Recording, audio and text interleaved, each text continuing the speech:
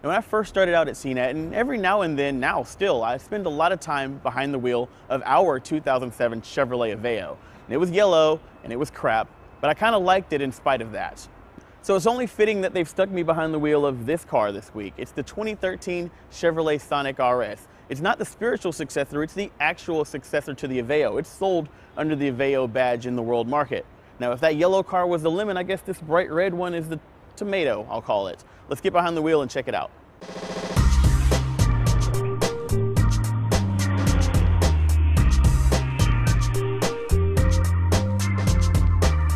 Now, the Sonic comes with a lot of small touches on the outside that also make it look pretty sporty. Out here in the back, we've got these tail lamps that kind of look like aftermarket tail lamps from about 10 years ago. It's kind of dated, but I don't mind it.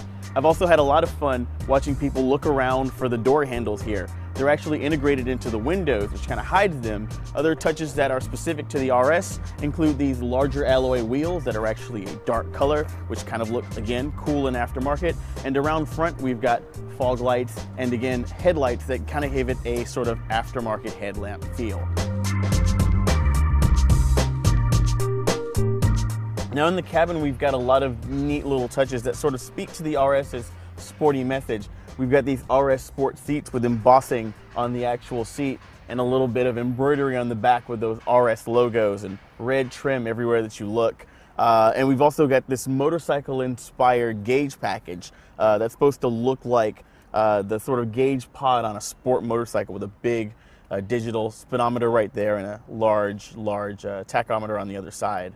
One of the other things that the RS model also comes with is yet another variant of Chevy's MyLink system. This is the third variant that we've seen in the 2013 model year vehicle. You go into the different menus, you've got your audio sources, which includes AM, FM, Sirius XM satellite radio. You've also got USB for audio and pictures. It also says video, but I haven't gotten any codecs to play on this particular model. The interesting thing about this version of MyLink is that it works very well with apps on your smartphone. You see, we've got Pandora. We've also got Bringo, which is actually a navigation app that you can install on your Android or iOS phone. And when you connect an Android phone via Bluetooth, you get all of that connectivity. So I can pop into Pandora, and it'll actually open the app on my phone, sign into my account, and start playing songs from the last custom Pandora station that I've chosen. And then I'll actually also even have access to thumbs up and thumbs down, and then I can pop into the menu here and view the rest of my custom stations that I've already preset. If we pop back into the smartphone link and go into Bringo, and what it does is it doesn't exactly mirror the interface on the phone.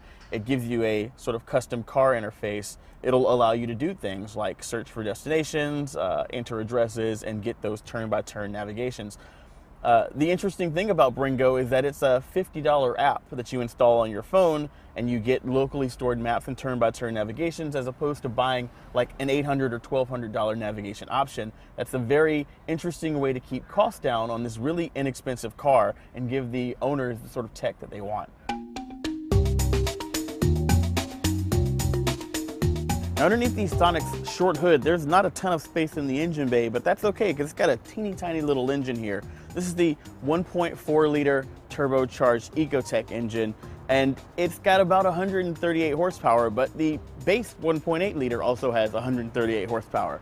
What you're getting here actually is an Eco engine in performance guise. You get 148 pound-feet of torque, which is more than the base engine, so it's a little bit more get up and go, but this isn't really a fast engine. Now, when equipped with the manual transmission, the EPA tells us you only get about 34 miles per gallon on the highway, 27 miles per gallon in the city, and that evens out to about 30 miles per gallon all around. Now, I've only got about 25 and change out of this engine, and that's because I didn't actually realize that there wasn't any power to be had, and I've been revving the crap out of it all week.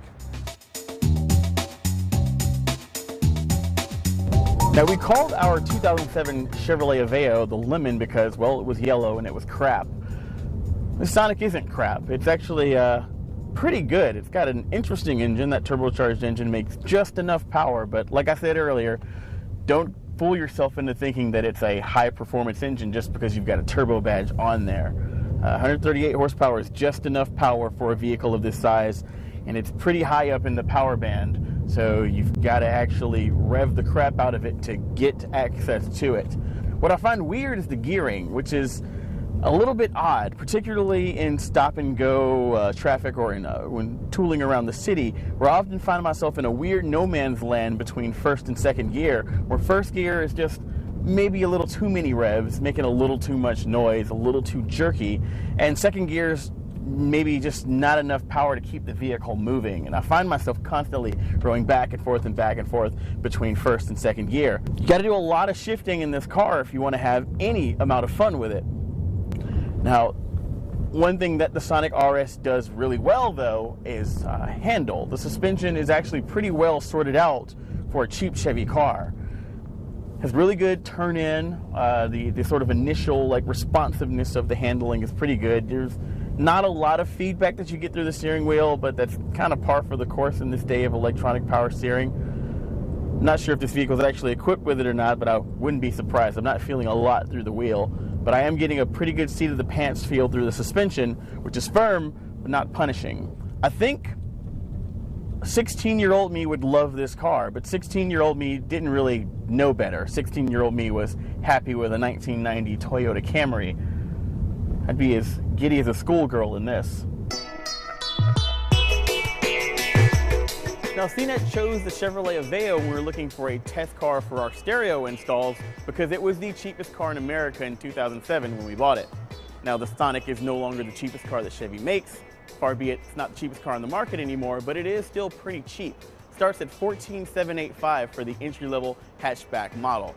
Now, our RS steps above that with a lot of nice amenities and touches, features, but it still only tips the scales at $20,185. Now, there are no options to add on top of that unless you count the Bringo app for navigation. That's only about 50 or 60 bucks. Other than that, what you see is pretty much what you get. And as long as you're looking to look sporty and maybe not drive too quick, what you get isn't that bad.